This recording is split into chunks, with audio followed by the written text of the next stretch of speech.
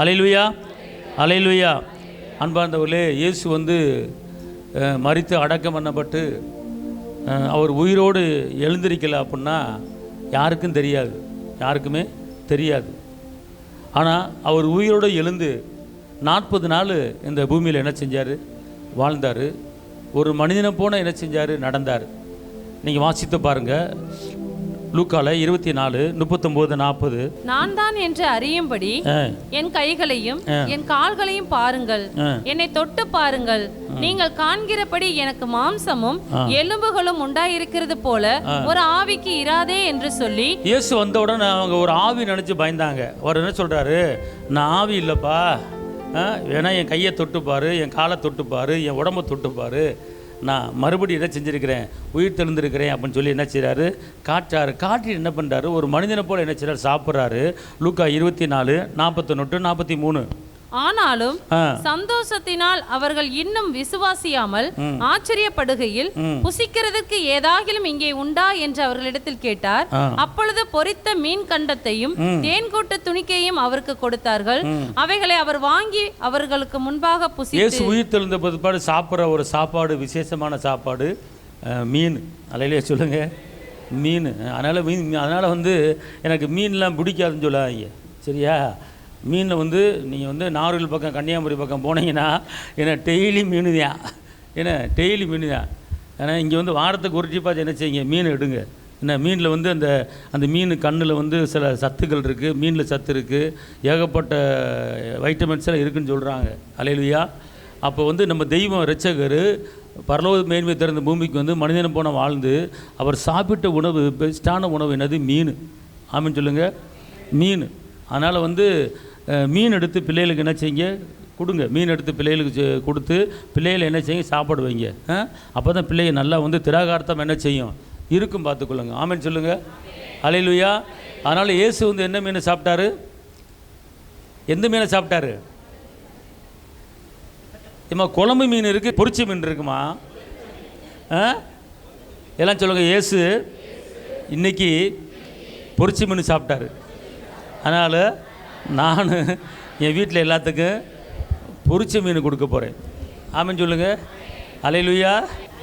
இயேசுனுடைய அடிச்சுவடுகளை பின்பற்றி செல்லுங்கள். அதாவது பிலிப்பரில் போட்டிருக்கு, என்னுடைய அடிச்சுவடுகளை பின்பற்றி செல்லுங்கள்னு சொல்லி ஏசப்பா சொல்கிறார். அப்போனா என் கற்பனை, என் கட்டளை, என் வார்த்தை எல்லாத்தையும் என்ன செய்யுங்க? பின்பற்றி செல்லுங்க அப்படிங்கிறாரு.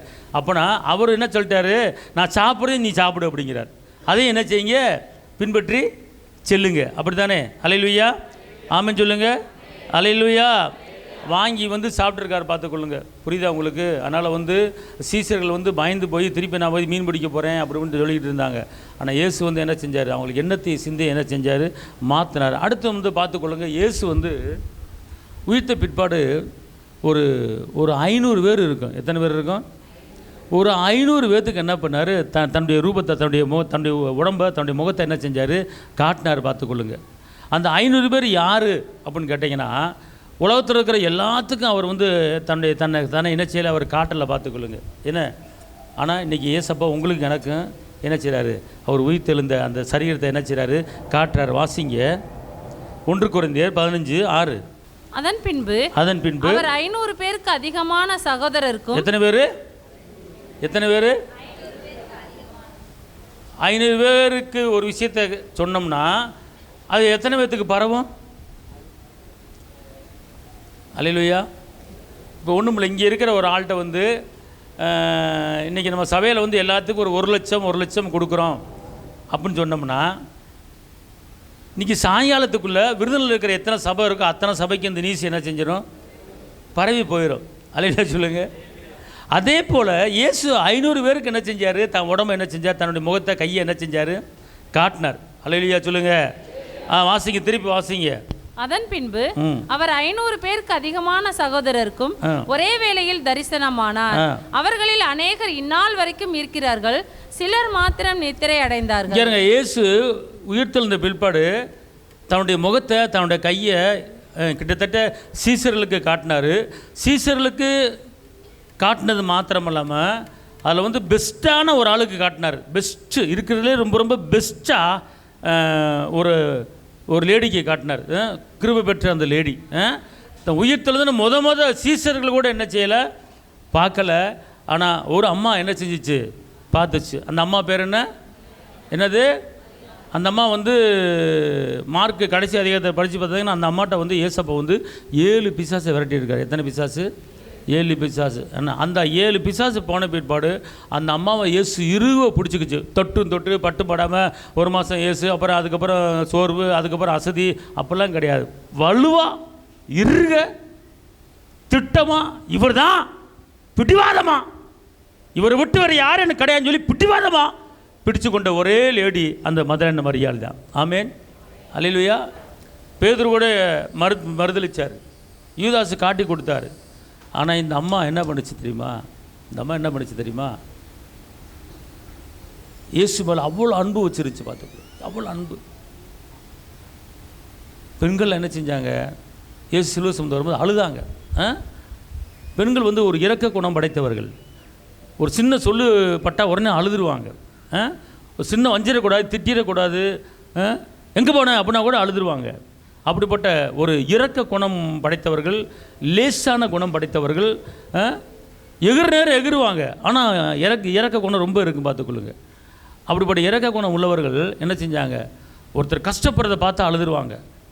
ஆனால் இயேசு சிலுவை சுமந்து போகும்போது நிறைய பெண்கள் கூட்டமாக கூட என்ன செஞ்சாங்க, இயேசுவை பார்த்து அழுதாங்க. எப்படி அழுதாங்க? தேம்பி அழுதார்கள். அப்படி அழுகிறத பார்த்த உடனே இயேசு என்ன செஞ்சிட்டாரு, சிலுவை சுமந்துட்டு போகிறத நிப்பாட்டிட்டார். நின்ட்டார். எங்கே நின்றாரு? சிலுவை சுமந்து போயிட்டு இருக்கும்போது நின்றார் ஒரு இடத்துல. எந்த இடம்? பெண்கள்லாம் கூட்டமாக கூட என்ன செய்கிறாங்க, அழுகிறாங்க. அழுகும்போது நின்று அந்த பெண்களை பூரா என்ன செய்கிற பார்க்குறாரு. எந்தெந்த பெண் அழுகுது, அந்த நெட்டைய பெண் அழுகுதா, குட்டையான பெண் அழுகுதா, இத்தனை பேர், மொத்தம் 12 பேர் நிற்கிறீங்க, 12 பேர் அழுகிறீங்க, ரைட்டு. 12 பேர் என் மைண்டுக்கு வந்துட்டீங்க. அவர் சொல்கிறாரு, மக்கா நீ எனக்காக என்ன செய்யாத, அழாத, உங்களுக்காகவும். ஏன் இந்த வார்த்தையை சொல்கிறாரு? அவர் சொல்கிறார், பெண்களை பார்த்து சொல்கிறாரு, எனக்காக நீங்கள் அழாதீங்க, நான் நோக்கத்தை நிறைவேற்ற வந்துட்டேன். ஆனால் நீ இந்த பூமியில் நீ வாழ்ந்துக்கிட்டு இருக்க, உங்களுக்காகவும் அழுங்கள் அப்படின்னா. அப்போ இதுலேருந்து என்ன தெரியுது அப்படின்னு கேட்டிங்கன்னா, தேவ பிள்ளைகள் பெற்றோர்கள் என்ன செய்யணும் அப்படின்னு கேட்டிங்கன்னா, நம்ம பெற்றெடுத்த பிள்ளைகளுக்காக நீங்கள் அழுது என்ன செய்ய வேண்டும், ஜெபிக்க வேண்டும். அதாவது பிள்ளை பெற்றுட்டேன் படிக்க வைக்கிறேங்கிற காரியம் அது வேறு. ஆனால் உங்கள் பிள்ளைகள் நல்வாழ்வுக்கு, ஒழுக்கத்துக்கு, அன்புக்கு, இரக்கத்துக்கு, சமாதானத்துக்கு, சுகத்துக்கு, ஆயுசு நாட்களுக்கு, உங்கள் சந்ததி பெருகுவதற்கு தாய்மார்கள் தகப்பன்மார்கள் என்ன செய்யணுமா, பிள்ளைகளுக்கு ஜெபத்தில் வாக்குத்தத்த ஜெபம் இருக்கிறது, வசனங்களை சொல்லி ஜெபிக்கிற ஜெபம் இருக்கிறது. ஆனால் அழுகிற ஜெபம் ஒன்று இருக்கிறது. இந்த அழுகிற ஜெபம் எதுக்கு பயன்படுத்த வேண்டும் என்று கேட்டால், நீங்கள் பெற்றெடுத்த உங்கள் பிள்ளைகளுக்கு நீங்கள் அழுது ஜெபிக்கும்போது உங்கள் ஜெபத்தை கேட்டு உங்கள் பிள்ளையை வாழுகிற எந்த தடை இருந்தாலும், திருமண தடை, வேலை கிடைக்காத தடை, எந்த தடை இருந்தாலும் உங்கள் பிள்ளைகளுக்கு உங்கள் கண்ணீரை பார்த்து இயேசு உடனே அற்புதம் பண்ணி உங்கள் பிள்ளைய வாழ்க்கை வளர செய்வார். உங்கள் பிள்ளைகளை ஒரு குறை இருக்காது, பார்த்துக்கொள்ளுங்க. இதை யாரும் கண்டுக்கிறது இல்லை. ஏன் இயேசு இதை சொல்கிறாரு, ஏன் இதை சொல்கிறாரு, ஏன் நாங்கள் எல்லாம் சேர்ந்துக்கிட்டு அவர் சிலுவை சுமந்து போகிறாரு, ஐயோ பாவம் அப்படின்னு நினச்சி அழுகிறான். அவர் நிப்பாட்டுவோம், நிப்பாட்டு, எனக்கு நீ அழுக வேண்டாம், ஏன்னா நான் கரெக்டாக தான் இருக்கிறேன், நான் உலகத்தின் பாவங்களை தீர்க்க வந்திருக்கிறேன். ஆனால் நீ என்ன செய்யி, உனக்காகவும் உன் பிள்ளைகளுக்கு என்ன செய்யுங்க, அழுங்கள் அப்படின்னார். இந்த வார்த்தையை ஏன் சொன்னார்? எதுக்கு பிள்ளைகளுக்கு அழுக சொல்கிறாரு தாய்மார்களை பார்த்து? அப்போ அங்கே நின்றவர்கள் எல்லாமே வாலிப பிள்ளைகள் நின்றுருக்குமா, தாய்மார்கள் நின்றுருப்பாங்களா? அம்மா, வாலிப பிள்ளைகள் நின்றால் வாலிப பிள்ளைகள் இந்த வார்த்தையை சொல்லியிருக்க மாட்டார், சரிங்களா? கல்யாணம் முடிக்காத பிள்ளைகள் நின்றுருந்தால் அந்த வார்த்தையை சொல்லியிருக்க மாட்டார். ஆனால் எல்லாமே பிள்ளை கொட்டி பெற்ற ஆளாக தான் நின்றுருக்கு. ஆமாவா இல்லையா? நின்றவர் எப்படி இருக்கா, பிள்ளை கொட்டி பெற்ற ஆளாக தான் நின்றுருக்கு. அப்போ எல்லாருமே பிள்ளையை பெற்றவங்க தாய்மார்கள் நின்றுருக்குறாங்க. அதனால் தாய்மார்களை பார்த்து அப்பா சொல்கிறாரு, மகளே நீ எனக்காக நீ அழாத, உனக்காகவும் உன் பிள்ளைகளுக்காக என்ன செய்யுங்க, அழுங்கள் அப்படிங்கிற. அப்போ நான் என்ன செய்கிறேன் அப்படின்னு கேட்டிங்கன்னா, நம்முடைய பிள்ளைகளை நினைத்து நம்முடைய பிள்ளைகளுடைய எதிர்காலத்துக்கு, பிள்ளைகள் நல்வாழ்வுக்கு, பிள்ளைகள் சுகத்துக்கு, பிள்ளைகளுடைய நலனுக்காக நீங்கள் ஏசப்பாட்டு என்ன செய்யணும்? அழுது ஜெபிக்கணும். என் பிள்ளைக்கு தேவ பாதுகாப்பு உண்டாயிருப்பதாக, என் பிள்ளைக்கு தேவ ஞானம் உண்டாயிருப்பதாக, என் பிள்ளைக்கு தேவ கிருபை உண்டாயிருப்பதாக, என் பிள்ளைக்கு நல்ல படிக்கிற ஞானம் உண்டாயிருப்பதாக, என் பிள்ளை போகும்போது வரும்போது சக்கிர மகிமை முன்னால் இருப்பதாக, என் பிள்ளை கையிட்டு செய்கிற எந்த வேலையாக இருந்தாலும் வாய்ப்பதாக, என் பிள்ளை மேன்மை அடைவதாக, என் பிள்ளை மேலே தேவ கிருபை, என் பிள்ளை மேலே தேவ அபிஷேகம், என் பிள்ளை மேலே தேவ பலன், என் பிள்ளை மேலே காண்டாமிருத்து கொண்டு ஒத்த வல்லமை, சந்ததியை பெருக பெண்ணுன்னு சொன்னீங்களே, என் பிள்ளை வாழ்க்கையில் ஒரு பெரிய ஜெயம் உண்டாவதாக, வெற்றி உண்டாவதாக, என் பிள்ளை மேலே தேவ கிருபை இறங்குவதாக, தேவ மகிமை இறங்குவதாக என்று சொல்லி அப்படியே சத்தம் போட்டு கண்ணீரோடு உங்கள் பிள்ளைகளுக்கு நீங்கள் அப்பாட்ட வேண்டுதல் வைக்கும்போது உங்கள் பிள்ளையை வாழ்ந்திருப்பதை, உங்கள் பிள்ளைங்க சுகமாக இருப்பதை, கடைசி வரைக்கும் உங்கள் பிள்ளைங்க உங்களை கைவிடவே மாட்டாங்க. ஏன்னா அப்படிப்பட்ட பிள்ளைகளை கர்த்தர் உங்களுக்கு கொடுத்துருக்குறார். அதனால தான் பிள்ளைகளுக்காக என்ன செய்யுங்க? அழுது ஜெபிங்கன்னு சொல்லி சொல்கிறாரு. இந்த சம்பவத்தை யாருமே நீங்கள் விரிவாக்கம் பண்ணி நினச்சது கிடையாது, சிந்தித்தது கிடையாது. இது அந்த ஒரு சம்பவத்தை சொல்கிறாரு, சிலுவை சம்பவமும் சொல்கிறாரு. ஆனால் இது யாரும் கண்டுக்கிறது இல்லை. இந்த ஒரு வார்த்தை ஒரு முக்கியமான ஒரு வார்த்தை, உங்களுக்காக உங்கள் பிள்ளையை அழுக அப்படின்னா உன் பிள்ளைகளுக்காக நீ அழுது ஜெபி அப்படிங்கிறார். உன் பிள்ளைக்கு தேவையில்லாத விஷயம் தலையிடாதுங்க, உன் பிள்ளைக்கு தேவையில்லாத பள்ளத்தில் விழுந்துடாதுங்க, உன் பிள்ளைக்கு தேவையில்லாத அங்கங்கே அலையாதுங்க.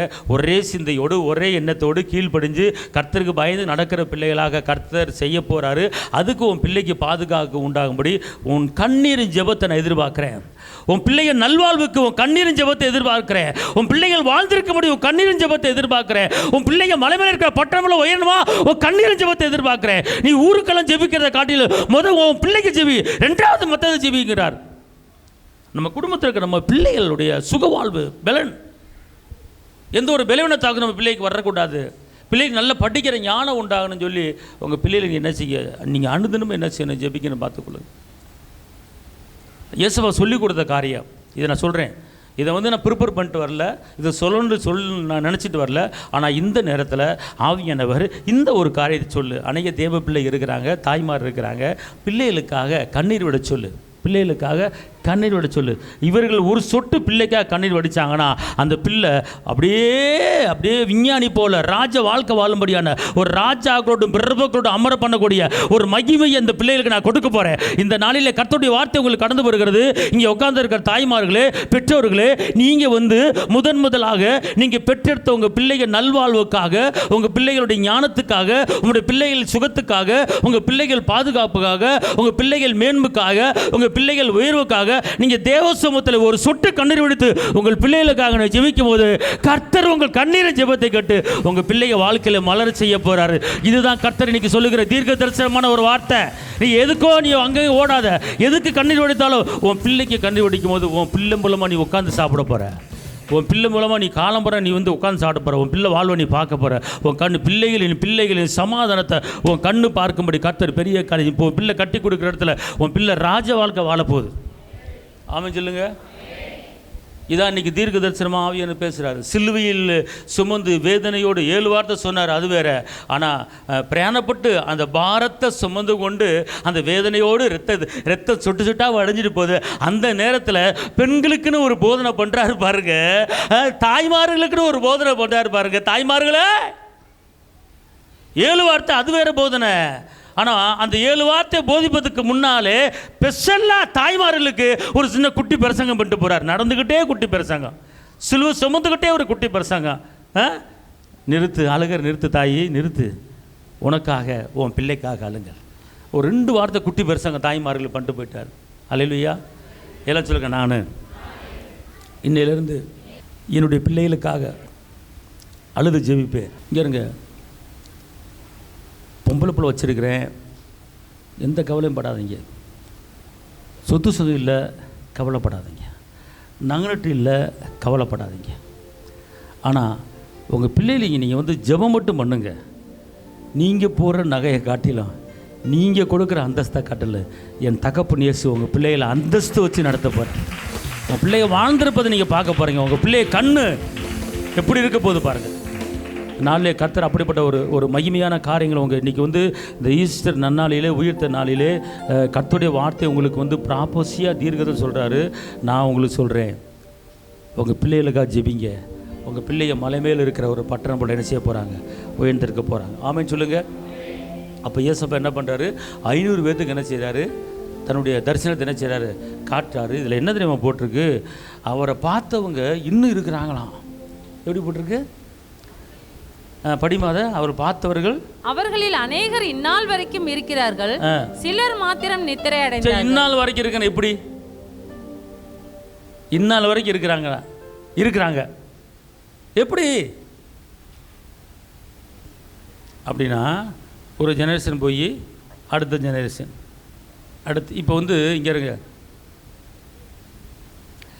யூத வழியில் வந்தவங்க இன்னும் அந்த சந்ததியில் என்ன செய்கிறாங்களா, இருக்கிறாங்க. அதே போல் இயேசுவை பார்த்த முப்பாட்டனுக்கு முப்பாட்டன், தாத்தாக்கு பிள்ளை இன்ன வரைக்கும் என்ன செய்கிறாங்க, இருக்கிறார்கள். ஆமென் சொல்லுங்கள். அல்லேலூயா. அதான் அந்த வசனம் சொல்லப்பட்டிருக்கு, இந்நாள் வரைக்கும் இருக்கிறார், சிலர் மாத்திரம் என்ன செஞ்சாங்க, நித்திரை அடைந்தார்கள். பார்த்தவர்கள். இன்னொரு வசனம் இருக்கிறது, இயேசு வருகையில் அவரை குத்தினவரும் காண்பார்கள் போட்டிருக்கு.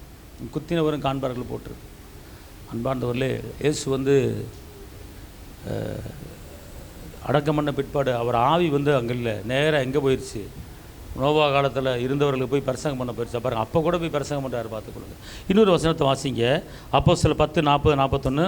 3ஆம் நாளிலே தேவன் அவரை எழுப்பி பிரத்யட்சமாய் காணும்படி செய்தார். ஆயினும் எல்லா ஜனங்களுக்கும் பிரத்யட்சமாகும்படி செய்யாமல் அவர் மரித்தோரிலிருந்து எழுந்த பின்பு அவரோடே புசித்து குடித்தவர்களும் தேவனால் முன்பு நியமிக்கப்பட்ட சாட்சிகளும் ஆகிய எங்களுக்கே பிரத்யட்சமாகும்படி செய்தார். இந்த வசனத்தை நல்லா கவனிங்க. இந்த உலகத்தில் எத்தனையோ பேர் இருந்தாலும், ஆனால் அவர்களை விட்டுட்டு இங்கே உட்காந்துருக்கிற ரட்சிக்கப்பட்ட உங்களுக்கு மாத்திரம் தன்னை காட்டுறார், இயேசுங்கிறத காட்டுறார். திருப்பி இந்த வசனத்தை வாசிங்க பார்ப்போம். 3ஆம் நாளிலே தேவன் அவரை எழுப்பி பிரத்யட்சமாய் காணும்படி செய்தார். ஆயினும் எல்லா ஜனங்களுக்கும் பிரத்யட்சமாகும்படி செய்யாமல் அவர் மரித்தோரில் இருந்து எழுந்த பின்பு அவரோடே புசித்து குடித்தவர்களும் தேவனால் முன்பு நியமிக்கப்பட்ட சாட்சிகளும் ஆகிய எங்களுக்கே பிரத்யட்சமாகும்படி செய்தார். தேவனால் முன் குறிக்கப்பட்ட அவர்களுக்கு மாத்திரம் தான் இயேசு என்ன செய்றாரு, தன்னை காட்டுறார். இன்றைக்கி வந்து இயேசுவை நீங்கள் அறிஞ்சிருக்கிறீங்கன்னா, இயேசுவை தெரிஞ்சிருக்கிறீங்கன்னா, அவர் உங்களுக்கு தெரிஞ்சிருக்கிறார், அழைச்சிருக்கிறார். பார்த்துக்கொள்ளுங்க. Right, okay. இப்போ வந்து இயேசு உயிர் தெழுந்துட்டார். அப்போ உயிர் தெழுந்த இயேசு உங்களுக்கு எனக்கும் அவர் என்ன செஞ்சுருக்கிறார், எதுக்கு அவன் உயிர் தெழுந்தார், அதை நீங்கள் தெரிஞ்சுக்கணும். இன்றைக்கி உயிர் தெழுந்தனால நீங்கள் கொண்டாடுறீங்க. இப்போ நீங்கள் ஒரு பிறந்த நாள் கொண்டாடலையா? ஒரு பிறந்த நாளுக்குன்னா கிட்டத்தட்ட குறைஞ்சது ஒரு 5000 ஒரு 5000 4000 3000 செலவு பண்ணி என்ன செய்வீங்க, பிறந்த நாள் கொண்டாடுறீங்க. ஆனால் இன்றைக்கி வந்து ஒரு கொண்டாட்டத்தினால அது என்ன நாள்னா, இயேசு வந்து உங்களை என்ன செஞ்சுருக்காருன்னா, வாசிங்க எபேசியர் 2:7. கிறிஸ்து இயேசுவுக்குள் நம்மை அவரோடு கூட எழுப்பி உன்னதங்களிலே அவரோடு கூட உட்காரவும் செய்தார். ஒரு பெரிய ஒரு தகுதி, ஒரு பெரிய அந்தஸ்து. இங்க இயேசு பக்கத்தில் நம்ம நிற்க முடியாது. ஆனால் என்ன செஞ்சுருக்காரு, உங்களுக்கு எனக்கும் என்ன செஞ்சுருக்கிறாரு, கிறிஸ்து இயேசுக்குள் நம்மை அவரோடு கூட எழுப்பி அவரோடு கூட, எல்லாம் சொல்லுங்க, நான் இயேசுவோடு கூட உட்காரும்படி தகுதி இல்லாத என்ன தகுதிப்படுத்தியிருக்கிறாரு. நீங்கள் எப்படி உங்கள் அப்பா பக்கத்தில் உட்காடுறீங்க, நீங்கள் எப்படி உங்கள் அம்மா பக்கத்தில் உட்காடுறீங்க, அதே போல் இயேசு உங்கள் பக்கத்தில் உட்கார வைக்கிறார். கையை தட்டி பக்கமே சொல்லுங்க. அல்லேலூயா. அப்போ இன்றைக்கி என்ன பண்ணிட்டாரு, உங்களை பக்கத்தில் உட்கார வச்சிட்டார். அல்லேலூயா. உங்கள் பக்கத்தில் உட்காந்துட்டா எவனாச்சும் ஒருத்தர் வருவானா உங்களை அடிக்கிறதுக்கு? இயேசு உங்கள் பக்கத்தில் உட்காந்துட்டு தருத்தராவி வருமா, கடங்கராவி வருமா, விளைவனாவி வருமா, ஏன் வருமா? வராது. காரணம், அவர் உங்கள் பக்கத்தில் உட்காந்துருக்கிறார். அல்லேலூயா. அல்லேலூயா. உங்கள் பக்கத்தில் உட்காந்து உங்களை என்ன செய்கிறாரு, உனக்கு எதுவுமே வராமல் நான் அவனை பாதுகாத்து கொள்கிறேன் மகனே, கவலைப்படாது அப்படிங்கிறாரு. அடுத்து வந்து அவர் சொல்கிறாரு, இன்றைக்கி என்ன சொல்கிறாரு, நான் வந்து இதுவரை நீ பட்ட பாடு பட்ட பிரச்சனை எல்லாத்தையும் என்ன செஞ்சுட்டேன், உடச்சி எரிஞ்சிட்டேன்னு சொல்கிறாரு. எபேசியர் 2:13-18-19. முன்னே தூரமாக இருந்த நீங்கள் இப்பொழுது கிறிஸ்து இயேசுவுக்குள் கிறிஸ்துவின். இப்போ எங்கள் முன்ன எங்கே இருந்தீங்க, தூரமாக இருந்தீங்க. இப்போ என்ன பண்ணிட்டீங்க, எல்லாம் சொல்லுங்க. முன்னே நான் தூரமாக இருந்தேன், இன்னைக்கு இயேசு பக்கத்தில் வந்துட்டு இயேசு என் கூட இருக்கிறாரு. அல்லேலூயா. 18-19. மற்றபடியே நாம் இருதிறத்தாரும் ஒரே ஆவியினாலே பிதாவினிடத்தில் சேரும் ஸ்லாக்கியத்தை அவர் மூலமாய் பெற்றிருக்கிறோம். சேரும் ஸ்லாக்கியத்தை யார் மூலம் பெற்றிருக்கிறோம்? இங்க இருங்க. நம்ம பிதாட பேசுகிறதுக்கும் தூதர்கிட்ட பேசுகிறதுக்கும் எல்லாத்துலேயும் பேசுகிறதுக்கும் இயேசு என்ன செஞ்சிட்டாரு? நமக்கு ஜெயத்தை வாங்கி உயிர்த்து என்ன செஞ்சிட்டாரு?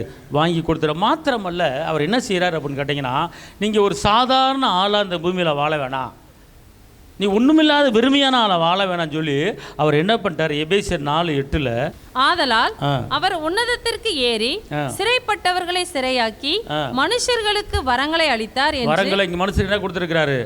வரங்களை கொடுத்திருக்கிறாரு. புரியுதா உங்களுக்கு?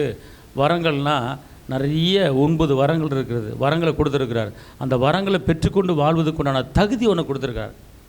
அந்த தகுதியை நீங்கள் என்ன செய்யணும்? பயன்படுத்தணும். பார்த்துக்கொள்ளுங்க. உங்களுக்கு நீங்களாகவே என்ன செய்யலாம்? நீங்கள் வரங்களை பயன்படுத்தலாம்.